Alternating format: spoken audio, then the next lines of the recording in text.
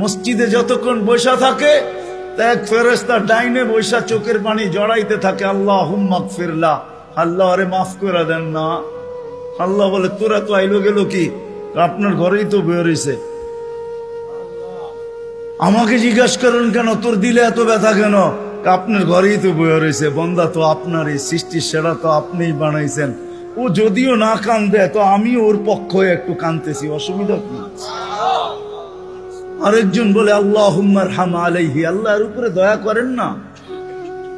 আপনার ঘরে বসে রইল, তারপরে যদি দয়া না করেন তো বাজারে গেলে করবেন, ওটা তো দয়ার জায়গাই না। কি করে না করে না দোয়া? যতক্ষণ মসজিদে বসে থাকে আরেকজন নামাজের সওয়াব লিখতে থাকে।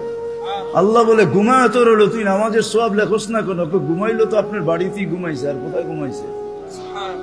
সওয়াব লিখবো না তো লিখবো না কেন? এটাও ফেরেশতা চালায়। আপনি ভাবেন শ্বাস প্রশ্বাস এমনি নেন? কন্ট্রোল রুম আছে, কন্ট্রোল রুম।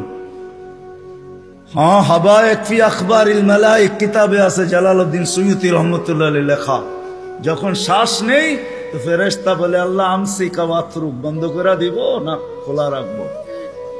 আল্লাহ 1,60,000 বার মেসেজ থ্রো করে, অটো উতরুক আলী আবদি আজাল, খোলা রাখ, সীমা রেখা দেওয়া আছে।